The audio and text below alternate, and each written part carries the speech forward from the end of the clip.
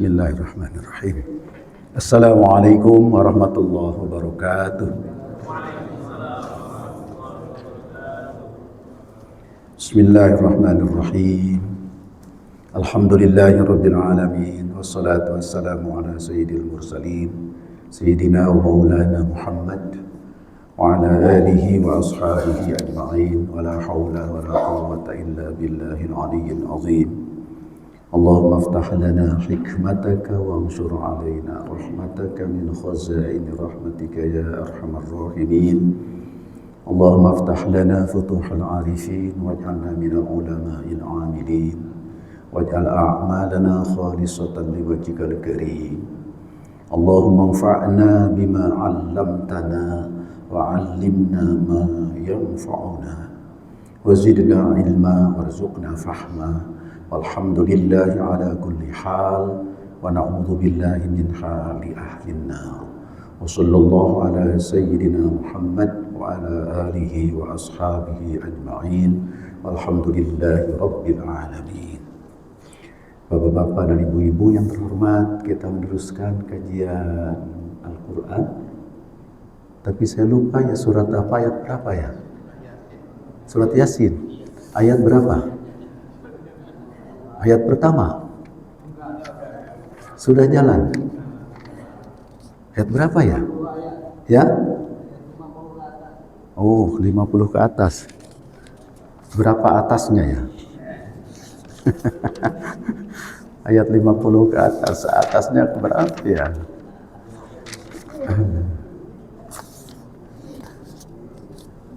Kayaknya udah penutup kali ya. Sebentar, saya mau ingat-ingat dulu nih.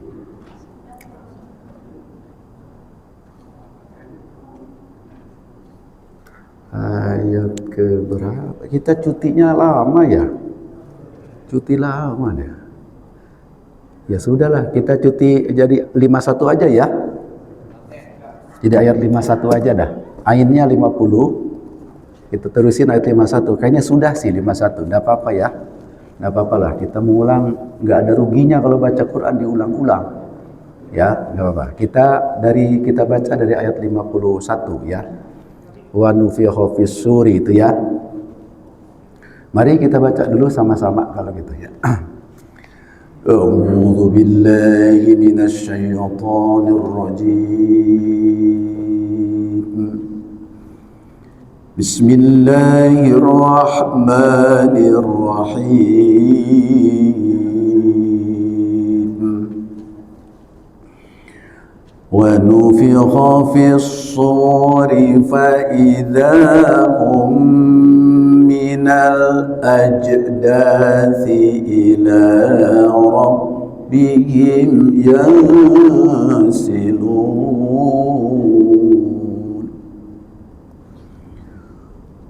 قالوا يا ويلنا من بعثنا من مرقدنا هذا ما وعد الرحمن هذا ما وعد الرحمن وصدق المرسلون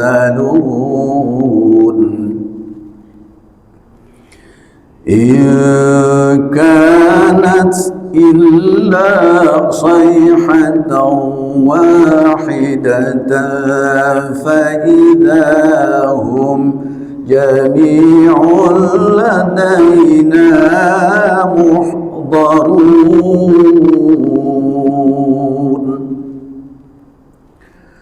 فاليوم لا تظلم نفس شيئا ولا تجزون إلا ما كنتم تعملون إن أصحاب الجنة اليوم في شغل فاكهون هم وأزواجهم في ظلال على الأرائك متكئون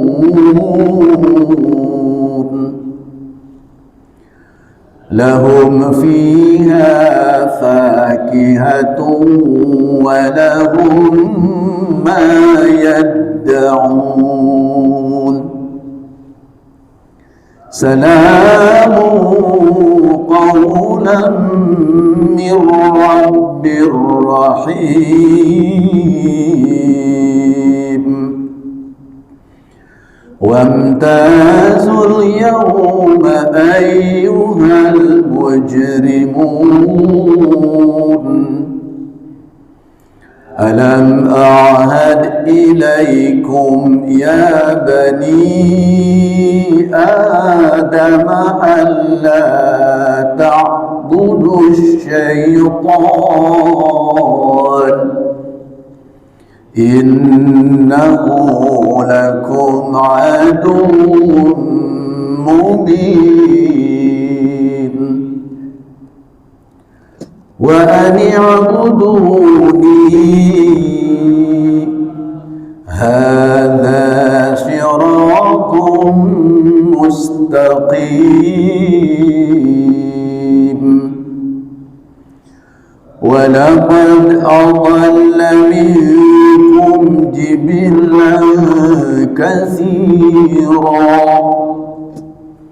أفلم تكونوا تعقلون هذه جهنم التي كنتم توعدون اصلوها اليوم بما كنتم تكفرون اليوم نختم على أفواههم وتكلمنا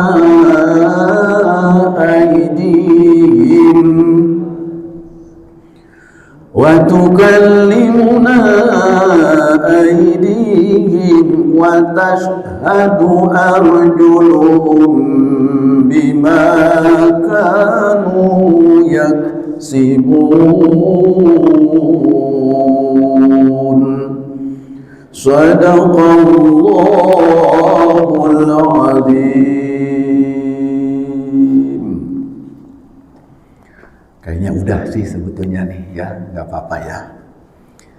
A'udzubillahi minasyaitonirrajim. Bismillahirrahmanirrahim. Wa nufikha, dan ditiuplah fis-suri sangkakala. Sangkakala itu trompet raksasa paling besar.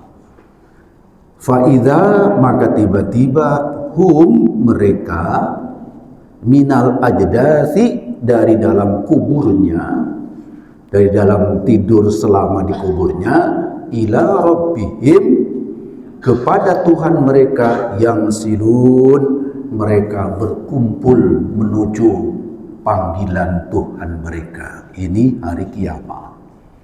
Yang dimaksud nufikha fisur, hembusan trompet ini hembusan yang kedua. Ya, kalau tidak salah saya sudah mengomentari. Hembusan yang pertamanya kapan? Nah, ada di ayat ke-49. Itu tiupan pertamanya. Jadi kiamat itu tidak sekali tiup. Ada yang mengatakan 2 kali, ada yang mengatakan 3 kali. Tiupan pertama namanya tiupan mengejutkan. Tiupan kedua memusnahkan. Tiupan ketiga membangkitkan kembali. Nah, ada ulama begitu ya. Paling tidak tiupan 1 dan 2 itu berurut, yaitu mengagetkan dan menghancurkan. Lalu mati semua. Semua makhluk hidup mati semua. Wa yabqa wajhu rabbika dzil jalali wal ikram, surat Ar-Rahman. Mati semua, tinggal Allah saja yang hidup. Bahkan termasuk malaikat pencabut nyawanya mati juga. Malaikat peniup trompetnya mati juga. Jadi semua makhluk hidup mati. Itu tiupan kedua. Ya, tinggal setelah itu hanya Allah. Surat Ar-Rahman, wa yabqa wajhu rabbika dzil jalal. Hanya tinggal Allah. Kemudian setelah itu Allah bangkitkan malaikat Israfil. Malaikat Israfil hembuskan kembali tiupan kebangkitan. Nah, inilah tiupan kebangkitan. Ketika tiupan kebangkitan itu dilakukan, faidahum min al-ajdathi ila rabbihim yasilun. Maka bangkitlah semua makhluk hidup, terutama manusia, jin, ya, malaikat bangkit. Lalu semuanya menuju Allah, artinya dikumpulkan oleh Allah di satu tempat seluruhnya, tidak ada yang bisa mangkir. Kalau di dunia banyak yang mangkir ya, dipanggil ke masjid mangkir, kerja bakti mangkir. Nah, di dunia begitu. Di nanti nggak ada yang bisa mangkir, semuanya menuju Allah, tidak bisa minal ila rabbihim yasilun, semuanya datang. Nah, qalu, mereka berkata, ya wailana man ba'atsana min marqadina. Ini orang yang tadinya tidak percaya waktu mereka hidup di dunia, tidak percaya adanya kebangkitan, yaitu orang-orang yang keyakinannya mengatakan hidup cuman di dunia, begitu mati selesai. Ini tidak percaya akhirat, ya. Orang kayak gitu nanti pada saat hembusan kedua lalu dibangkitkan, kaget dia. Ya wailana man ba'atsana min marqadina. Ya, ini apa nih? Rasanya aku tidur kemarin itu.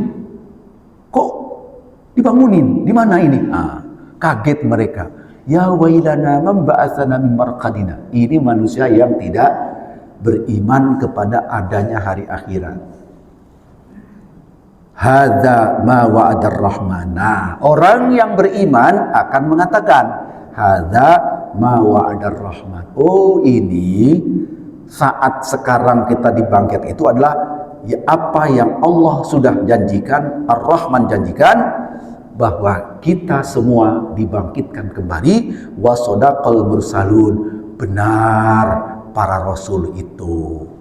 Para rasul yang menggambarkan adanya akhirat pada saat itu tidak dipungkiri lagi. Oh iya, kata orang Islam, iya benar Kangjeng Nabi Muhammad. Dulu waktu di dunia ngajarin kita setelah mati dibangkitkan. Ini saatnya kita dibangkitkan. Umat Nabi Isa akan bilang, oh iya benar Nabi Isa. Dulu Nabi Isa mengajarkan kita akan dibangkitkan. Umat Nabi Yahya, umat Nabi Daud, umat Nabi Sulaiman, umat Nabi Musa, umat Nabi, semua umat para nabi, para rasul sudah diajarkan begitu. Begitu bangkit itu tidak kaget. Memang dulu para rasul sudah mengatakan benar para rasul. Yang tidak percaya rasul bingung. Ya, yang tidak percaya kepada rasul zaman sekarang tidak percaya ke Nabi Muhammad. Zaman Nabi Isa tidak percaya ke Nabi Isa.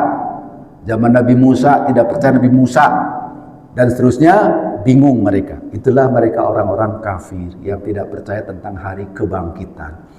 Ini ilustrasi nanti di sana pasti terjadi seperti ini. Tapi orang beriman tenang mengatakan, hadza ma wa'adar rahman wa shadaqal mursalin. Benar apa katakan para rasul itu benar. Dah. In kanat illa sayhatan wahid. In kanat tidaklah adanya illa kecuali sayhatan wahidatan, cuman sekali tiupan saja. Fa idzahum, maka tiba-tiba mereka itu jami'un seluruhnya ladaina menuju kepada kami, kata Allah, muhdharun dihadirkan. Jadi hanya tiupan sekali itu bangkit, kumpul semua. Ya, kumpul semua makhluk yang diberi akal ketika hidupnya, dikumpulkan semuanya. Cuman sekali hembusan saja kumpul semua. Fal yauma, maka hari itu la tuzlamu, tidak dizolimi nafsun seseorang syai'an sesuatu pun, wala yujzauna, dan tidak akan diberi, wala tujzauna, dan tidak diberi balasan illa kecuali ma kuntum ta'malun, apa yang kalian dulu lakukan ketika hidup di dunia. Artinya dikumpulkan untuk menerima balasan dari Allah. Perbuatan baik dibalas dengan pahala, perbuatan jahat dibalas dengan hukuman. Itulah hari akhirat. Jadi di Yasin ini komplit sebetulnya ya, bicara tentang dunia, bicara tentang akhirat, ya pengalaman manusia. Maka Yasin disebut qalbul Quran, hatinya Quran. Jadi kalau baca Yasin dan meresapi seluruh maknanya, maka gambaran akidah Islamiyah ini tercermin di surat Yasin. Maka disebut Yasin qalbul Quran. Yasin itu hatinya Al-Quran. Ya. Kemudian apa yang selanjutnya terjadi kalau sudah kiamat, lalu oleh Allah dihisab, ya dihitung amal, lalu diberi balasan. Apa yang terjadi? Inna ashabal jannah, sesungguhnya penghuni surga, al-yauma, pada hari itu, artinya setelah masuk dalam surga, fi syughulin, mereka disibukkan, fakihun, dengan kesenangan-kesenangannya. Jadi sibuk oleh kesenangan. Kok bisa ya? Sibuk oleh kesenangan. Itu orang ahli surga. Artinya disenangkan oleh Allah dan menikmati kesenangan, kebahagiaan yang maksimal, yang yang sempurna.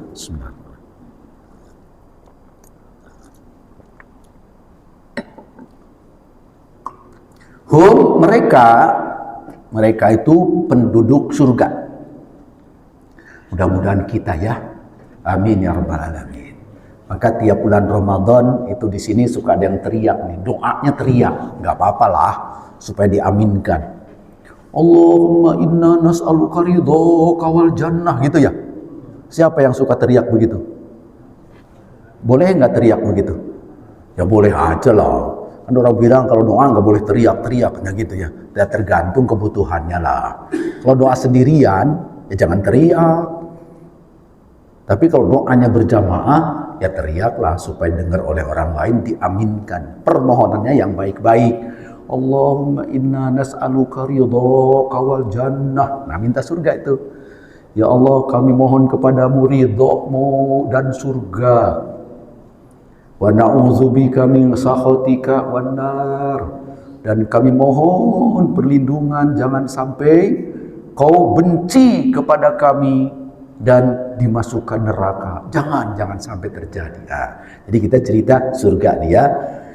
Inna ashaba jannatil yauma fi syughuli fakihun. Sungguh penduduk surga itu pada hari kiamat nanti setelah memperoleh balasannya surga, mereka sibuk dengan kesenangannya. Artinya menikmati kesenangan dan kebahagiaan yang maksimal. Hum, gambarannya nih, hum mereka, wa azwajuhum, dan pasangan hidup mereka. Nah, pasangan hidup mereka itu ya kalau istri dengan suami, kalau suami dengan istri. Gimana kalau tidak punya istri ya? Atau tidak punya suami gimana ya? Gak ada pasangannya dong ya? Kan ayatnya pasangan. Hum mereka, wa azwajuhum, dan istri mereka atau suami mereka, fi zilalin, dalam naungan surga, alal araiki muttaqiun, di divan-divan, di tempat-tempat yang indah mereka lesehan. Nah, itu menggambarkan suasana yang sangat menyenangkan, nyaman, menyenangkan. Ini ilustrasinya ya. Cuman saya mentok di sini nih. Gimana ya yang tidak punya pasangan ya? Hum wa azwajuhum, mereka dan suaminya, mereka dan istrinya. Nah, mereka bersenang di surga itu, santai, lesehan dan sebagainya. Itu menunjukkan bahwa rasa gembira. Ada yang bisa jawab nggak ya? Yang tidak punya istri, tidak punya suami gimana ya? Suruh kawin ya? Ah, bidadari ya. Ibu pintar ya. Betul, nanti dikasih dah. Yang nggak sempat punya istri, kasih bidadari. Yang nggak sempat punya suami, bidadara. Iya, itu dulu Buya Hamka tuh Pak, neranginnya gitu Pak. Buya Hamka itu neranginnya begitu. Kalau istri-istri wanita-wanita butuh pasangan, dikasih bidadara. Ya, kalau dalam Quran tuh wildan itu, pemuda-pemuda ya, di surga itu. Kalau memang itu kesenangannya. Cuman Buya Hamka bilang gini, wanita ahli surga itu fokusnya atau apa namanya tuh ya, fokusnya lah tidak kepada laki-laki. Wanita-wanita ahli surga tujuan kebahagiaan utamanya tidak ke laki-laki gitu, beda dengan laki-laki. Kalau laki-laki tujuan kebahagiaannya istri atau perempuan. Ini karena Buya Hamka nih ya. Jadi kalau perempuan gimana? Tujuan kebahagiaannya itu bukan ke laki-laki. Nah, maka ada wanita itu walaupun bersuamikan bukan yang dicintainya, tapi setia, kasih sayang, walaupun tidak begitu cinta sih sama suami ini. Itu perempuan bisa begitu. Tapi kalau laki-laki kalau tidak cinta, ya tidak cinta. Ini masalah kejiwaan sebenarnya. Kata Buya Hamka, yang masuk surga itu bukan wanita yang doyan laki-laki.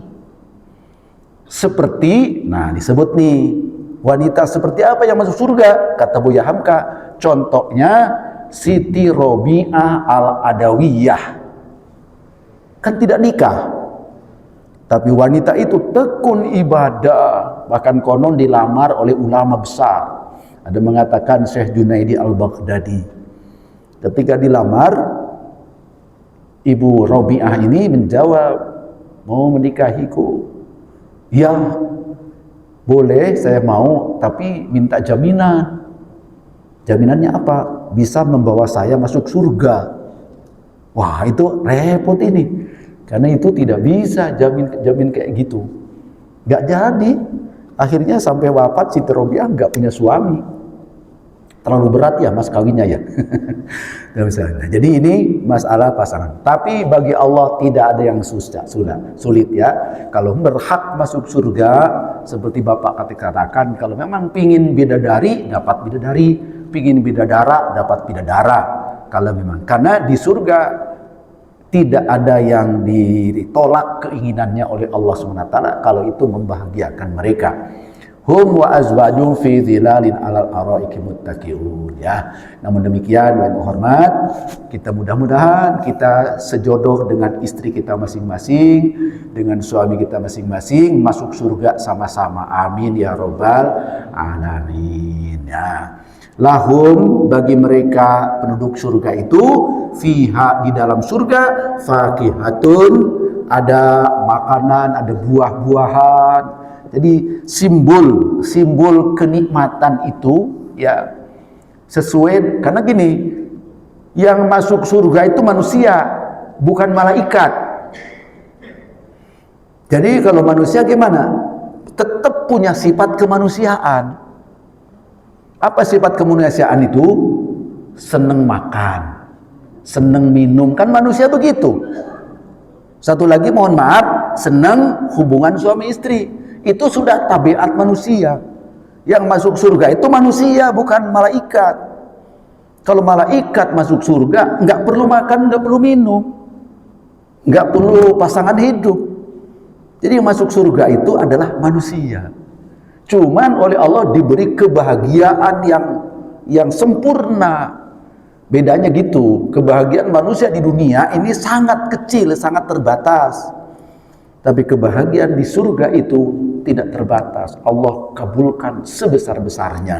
Oleh karena itu jangan heran kalau Quran bicara tentang surga itu ada makanan, ada minuman, ada lingkungan yang indah, taman yang indah, ada air di bawah taman-taman, ya, ada buah-buahan, ada burung, ada makanan siap saji, makanan siap saji.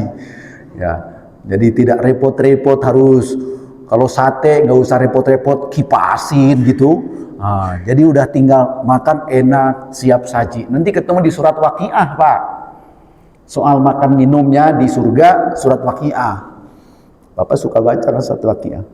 Nah, jadi jangan heran. Nah, ini yang gini ini oleh orang-orang yang tidak beriman kadang dianggapnya kok di surga kayak di dunia aja. Bukan begitu. Di surga itu penghuninya manusia, tapi manusia yang digembirakan oleh Allah dengan maksimal. Nah, manusia itu pasti pingin makan, pingin minum, ya. Dan mohon maaf, pingin punya istri, punya suami, seperti itu. Maka itu oleh Allah dibahagiakan dalam hal-hal seperti itu. Cuman bedanya apa? Karena sempurna, makan enak, minum enak, tapi tidak mengeluarkan kotoran. Itu bedanya. Bingung ya? Ya nggak apa-apa, bingung juga. Memang beda dimensinya, bukan dunia lagi. Kalau di sini makan kenyang, nanti yang keluarnya juga makin enak makanannya, makin jelek yang keluarnya. Nah, kalau di dunia begitu kan, ribet, repot. Di sana enggak, Pak. Karena kesempurnaannya itu, bahagia yang sempurna itu. Ya, kita makan, kita minum nih, di dunia nih, minum anggur, mabok. Di sana enggak mabuk, seger aja, gitu. Jadi, makanya tempat kebahagiaan yang sempurna surga. Nah, sekarang di dunia, jangan berharap kita seperti di surga, belum waktunya. Jadi, di dunia mah ada konsekuensi seperti itu, ya. Jadi ini ilustrasinya. Jadi Yasin memberikan sekilas itu ilustrasi ya. Mereka senang-senang, lahum fiha fakihatun, buah-buahan. Jadi menggambarkan ada makanan lezat yang memang disenangi oleh umat manusia, termasuk manusia yang sudah di surga. Walahum, dan bagi mereka ma yaddaun, walahum ma yaddaun, dan bagi penduduk surga ma apapun yaddaun yang mereka minta. Ya tadi itu, minta apa? Saya minta sate kambing. Sate kambing ada. Saya minta apa? Tongseng. Nah, tongseng keluar. Jadi orang Palembang minta pempek nih sama tekwan. Tekwan keluar. Tapi tekwan surga rasanya enak, lebih enak dari tekwan Palembang. Nah, jadi itu namanya kesempurnaan kenikmatan di surga. Jadi ini ilustrasi Pak ya. Karena sesungguhnya yang terjadi itu belum bisa digambarkan oleh khayalan kita. Ini hanya untuk menggambarkan surga adalah tempat kebahagiaan yang diberikan oleh Allah kepada hambanya yang diridhoinya, hasil dari iman, takwa dan sebagainya. Ini gambaran. Nah, kemudian ditambah lagi, kalau sudah begitu, sudah enak, sudah nyaman di surga, lalu Allah juga mengucapkan selamat. Salamun, salam sejahtera. Qaulan, sebagai perkataan, mir Rabbir Rahim, dari Tuhan yang Maha Pengasih. Jadi setelah masuk surga, Allah pun menyampaikan ucapan selamat. Selamat bagi kalian, silahkan menikmati surga karena kalian telah diridhoi oleh Allah Subhanahu wa Ta'ala. Itulah ujung kehidupan yang sempurna manusia ini ya. Oleh karena itu di ayat lain Allah menciptakan manusia itu bukan iseng-iseng. Ya, Rabbana ma khalaqta hadza batila. Tuhan kami, tidaklah kau ciptakan alam semua ini sia-sia. Jadi manusia diciptakan bukan iseng, akan ada tujuan. Di antaranya tadi, kalau baik dia masuk surga, akan digembirakan oleh Allah. Nah, sampai di sini kita menghayati mana surat Yasin ya. Tapi setelah ini kita agak ngeri nih. Ayat berikutnya agak ngeri. Ini kepada yang tidak taat kepada Allah. Bisa fatal tidak taatnya kafir, bisa iman si iman tapi durhaka, tapi banyak maksiatnya. Ini agak ngeri nih. Setelah ayat yang sangat menggembirakan, salamu qaulam mir rabbir rahim. Ada guru-guru kita, ibu ustadzah, bapak ustadz suka dibaca 3 kali itu baca Yasin itu. Ya, salamu qaulam mir rabbir rahim, salamu qaulam mir rabbir rahim, salamu qaulam mir rabbir rahim, gitu kan. Wamtazul yauma ayyuhal mujrimun, suka 3 kali itu. Kenapa 3 kali? Saking pinginnya masuk surga itu, sehingga diulang itu, semoga ya Allah saya termasuk masuk surga yang diucapin salam oleh Allah nanti di hari kiamat. Dalam hati itu berharap. Ya boleh, silahkan, bagus. Harapan orang beriman itu didengar oleh Allah, diketahui oleh Allah. Siapa tahu tambah sayang Allah kepada kita, dikobol. Maka yang suka ada yang suka baca 3 kali itu. Salamu qawlan mir rabbir rahim, salamu qawlan mir rabbir rahim, salamu qawlan mir rabbir rahim. Kalau tidak salah guru kita Bapak Ustadz Safarudin juga suka 3 kali ya. Nah, kalau tidak salah, saya lupa dia. Nah, gak apa-apa, bagus saja. Tapi kalau sekali boleh? Boleh, karena memang tulisannya juga sekali. Tapi kalau mau diulang 3 kali, 10 kali, tidak apa-apa. Tidak bermaksud nambahin Quran, bukan. Tapi menegaskan bacaan tertentu karena ada penekanan. Rasulullah pernah mengulang-ulang satu ayat, diulang-ulang berkali-kali. Jadi boleh itu, mengulang ayat Quran itu boleh. Tidak bermaksud menambahin ayat Quran tetap segitu. Tapi membaca sesuatu ayat diulang-ulang boleh. Membaca satu surat diulang-ulang boleh juga. Kulhu itu ada yang dibaca sampai 10 kali, 12 kali. Memang di Qurannya 12 kali? Enggak, cuma sekali. Kalau bacanya mau berapa kali silahkan. Ya, jadi pengulangan baik ayat maupun surat tidak apa-apa. Ya, pengulangan. Tidak ada niat untuk nambahin Quran. Tapi kalau tujuan nambahin Quran kan tidak boleh. Quran sudah paten segitu. Nah, ini yang saya katakan agak takut kita mendengar ini. Mudah-mudahan kita tidak termasuk golongan yang disebut oleh ayat berikutnya. Wamtazul yauma ayyuhal mujrimun. Nah, ini yang ngeri nih. Wamtazul, berpisahlah kalian al yauma, hari ini, ayyuhal mujrimun, wahai manusia yang berdosa. Manusia-manusia yang penuh dengan dosa itu pada saat itu tidak mungkin masuk surga. Walaupun saudaranya masuk surga, walaupun bapaknya masuk surga, walaupun suaminya atau istrinya masuk surga. Maka beberapa sahabat nangis, Pak, ketika baca ayat ini. Apa yang terbayang? Dalam rumah tangga biasanya satu sama lain itu adalah di dunia ini kompak. Biasanya satu keluarga.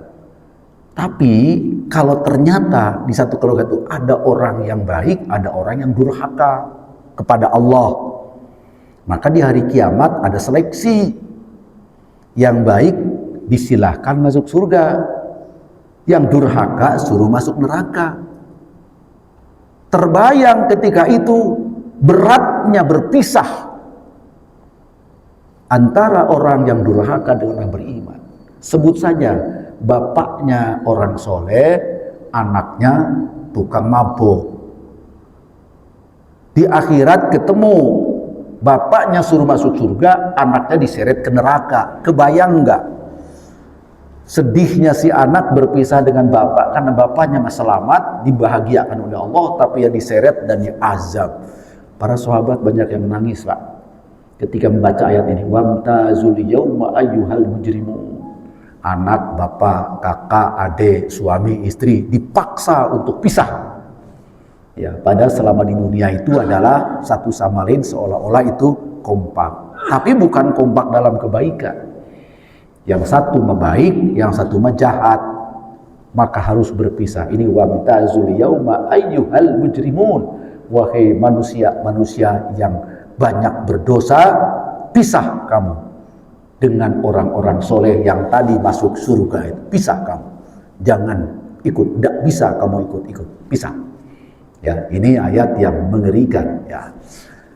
Alam ahad ilaikum ya bani Adam. Diingatkan oleh Allah ketika itu. Alam ahad, bukankah aku sudah mengingatkan, sudah menjanjikan ilaikum kepada kalian, ya bani Adam, wahai anak Adam, Allah ta'budus syaitan, jangan sekali-kali kalian menyembah setan. Menyembah itu berarti nurutin setan, ya. apalagi sampai mempertuhankan setan, ya, ngikutin kemauan setan. Innahu, sungguh setan itu lakum untuk kalian aduun, adalah musuh mubinun yang sangat nyata, sangat jelas. Jadi si mujrimun tadi itu yang dipaksa pisah itu karena mereka itu di dunianya ngikutin setan. Bisa urusan akidah berarti kafir, bisa urusan ketaatan saja berarti fasik. Nah, jadi orang-orang seperti itu tidak bisa masuk surga. Dia akan merasa sangat pedih rasanya karena orang dekat dia masuk surga karena dia orang baik, tapi dia tidak bisa ikut, harus dipisahkan. Ini adalah keadaan di hari akhirat nanti. Lalu diingatkan, kenapa sampai begitu? Karena kalian ngikutin setan. Sudah dibilangin, kamu ketika di dunia itu jangan sekali-kali menyembah setan, dalam arti mengikuti kemauan setan, sebab setan itu musuh kalian. Nah, ini rupanya diabaikan nih. Di dunianya malah ngikutin kelakuan setan. Kira-kira ada nggak ya manusia yang ngikutin setan ya? Nggak ada. Banyak. Oh, di mana? Di Indonesia? Nggak ada di Indonesia mah kali. Ngikutin setan. Lalu pengadilan direkayasa. Wih, ngikutin setan. Siap-siap aja nanti di sana itu. Siap-siap. Nih Yasin, bacain Yasin deh. Maka saya sempat berseloroh, Pak. Kenapa ya Yasin dibacanya buat orang meninggal melulu ya? Orang hidup diyasinin. Orang hidup dibacain Yasin, tapi harus ngerti gitu. Mumpung masih hidup. Kalau sudah meninggal itu hanya ngirim pahalanya saja. Kalau masih hidup ini supaya jadi pelajaran. Ini kan buat orang hidup ini sampai di sini tuh. Jadi orang hidup juga sekali-kali. Misalnya gini nih, Bapak Ibu punya anak bandel nih ya. Pak Ustadz, mohon dibacain Yasin di rumah. Kenapa? Anak saya bandel. Tapi belum pernah ada yang bilang gitu sih. Hajatan apa, yasinan apa. Anak saya pada bandel. Kumpulin sini, tak bacain Yasin. Siapa tahu begitu dia bacain Yasin dia luluh gitu ya. Tapi belum pernah sih dengar yang gitu saya. Karena ini kan penyesalan, ini sudah cerita penyesalan. Sebelum ada penyesalan di akhirat, di dunia harus sudah siap-siap. Di antaranya jangan ikutin setan. Wa ani'buduni, dan hendaklah kamu itu menyembah aku saja, kata Allah. Jangan ngikutin setan. Hadza, mengikuti aku ini, mengikuti Allah itu siratul mustaqim, jalan yang lurus. Jalan yang lurus itu adalah taat, menyembah Allah, mengikuti aturan-aturan Allah. Jadi nanti di akhirat juga akan lurus tujuannya. Kalau di dunia juga lurus. Walaqad adalla minkum jibillan katsira. Walaqad adalla, sungguh telah menyesatkan, minkum di antara kalian, jibillan katsira, banyak golongan orang. Jadi setan itu telah membuat banyak orang tersesat. Banyak orang berbuat menyimpang. Itu gara-gara godaan setan. Tapi jangan nyalahin setannya ya. Setan mah udah salah memang dari awal juga. Kalau ada orang melakukan kejahatan karena digoda setan, lalu diadili, jangan bilang setan dong yang diadilinya, jangan saya. Karena saya itu ngikutin setan, nggak bisa. Setan mah dari dulunya memang begitu. Jadi ya kita yang melakukannya tanggung jawab ya. Jadi kata ayat Quran, sungguh telah banyak manusia disesatkan oleh setan. Walaqad adalla minkum jibillan katsira. Afalam takunu ta'qilun? Apakah kamu tidak pakai akal? Oh, nih tidak pakai akal itu berarti kok ngikutin aja, udah tahu itu salah, kok kamu jalanin yang salah. Sudah tahu setan ngajaknya nggak benar, kok kamu ngikutin juga. Nah, afalam takunu ta'qilun? Apa kamu tidak pakai akal ya?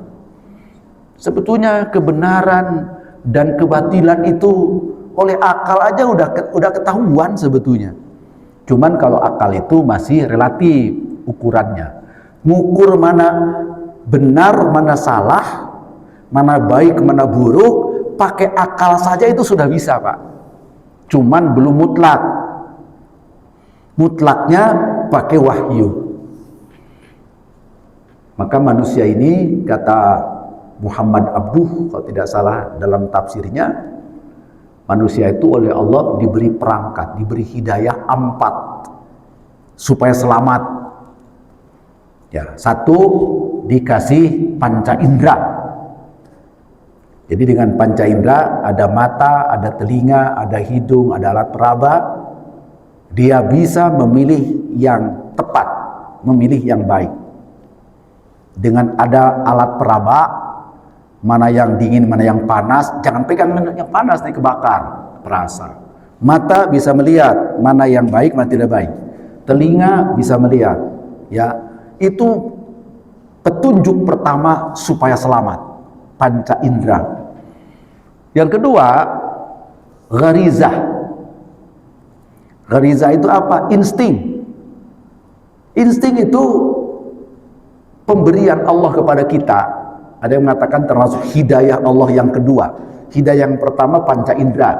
Hidayah yang kedua adalah insting. Insting itu gimana? Kita refleks, bisa bergerak sendiri demi keselamatan. Sedang jalan di pinggir jalan nih, rupanya nggak terasa agak ke tengah. Tiba-tiba ada orang lewat motor kenceng, kasih klakson. Kita minggir itu lompat, nggak mikir dulu. Kalau mikir dulu kan keburu ketabrak. Nggak usah mikir dulu, langsung itu refleks. Refleks itu ada termasuk gharizah. Kalau belum makan, lapar, itu gharizah tuh. Supaya makan sehingga kebutuhan tubuh terpenuhi terus. Itu refleks gharizah, insting. Nah itu sampai di situ alat keselamatan kita. Dan yang dua ini diberikan Allah kepada manusia juga kepada hewan. Petunjuk yang ketiga, adalah akal. Nah, akal itu bisa membedakan mana baik mana buruk. Nah, ada orang yang cukup sampai di sini, itu aliran rasionalis, aliran yang cukup dengan akal itu sudah menemukan kebenaran. Tapi sesungguhnya belum cukup, karena sama-sama pakai akal, satu sama lain bisa beda menentukan mana baik mana buruk. Maka akhirnya hidayat sempurna adalah wahyu agama. Agama adalah kebenaran yang mutlak. Nah, 3 hidayah itulah yang membuat kita selamat. Tapi ayat ini menyebut akal. Artinya andai kata belum pakai ukuran agama, baru pakai ukuran akal, manusia sudah bisa membedakan mana baik mana buruk. Ini dipakai oleh orang-orang Mu'tazilah. Biasanya itu akal itu kadang-kadang dianggap mutlak dapat menemukan kebenaran, ya. Tapi ahli sunnah wal jamaah tidak. Akal bisa berbeda-beda, tapi yang mutlak adalah wahyu Allah. Nah, jadi ayat ini menyinggung manusia yang tadi ikutin setan, pakai akal aja sudah ketahuan kalau ngikutin setan itu salah. Apalagi pakai petunjuk wahyu Allah. Hadhihi jahannamul lati kuntum tu'adun. Bagi orang yang ikutin setan bukan masuk surga, tapi hadhihi, inilah jahannam, neraka jahannam. Allati yang kuntum, adanya kalian, tu'adun, sudah dijanjikan lantaran kalian adalah durhaka. Masuk jahannam. Islauha, masuklah ke jahannam al-yauma, hari ini, bima, disebabkan kuntum, adanya kalian, takfurun, kalian kufur, kalian ingkar kepada Allah, maka kamu masuk neraka jahannam. Wallahu a'lam bishawab. Cukup dulu sampai ayat 64 dulu Pak ya. Mudah-mudahan kita lanjutkan lagi. Al-yauma nakhtimu ala afwahim wa tukallimuna aydihim, insyaallah pada pertemuan yang akan datang. Jadi kesimpulan, ayat yang kita baca barusan mengungkapkan tentang di hari kiamat, setelah kiamat semuanya, kiamat kubro, ada hisab, ya ada perhitungan amal, lalu orang yang baik masuk surga, diberikan kesenangan yang sempurna, orang yang durhaka masuk neraka. Penyebab masuk neraka karena mereka ngikutin ajakan setan. Mereka terperdaya oleh setan sehingga terjerumus, resikonya mereka masuk neraka jahanam. Maka akhir-akhir ayat ini sama dengan doa yang tadi, Allahumma inna nas'aluka ridhoka wal jannah wa na'udzubika min sakhatika wan nar. Jadi setelah mengerti tentang surga dan neraka, akhirnya kita memohon dan berusaha jangan sampai dimasukkan ke neraka, berusaha supaya masuk surga. Selain berusaha, kita berdoa, maka doa itu boleh melengkapi usaha kita. Terima kasih atas perhatiannya, mohon maaf lebih kurangnya. Wallahu a'lam bishawab. Shadaqallahul azim. Allahumma rahamna bil Qur'an waj'alhu lana imama wa nura wa huda wa rahmah. Allahumma dzakirna minhu ma nasina wa 'allimna minhu ma jahilna warzuqna tilawatahu ana al-laili wa atrafan nahar waj'alhu lana hujjatan ya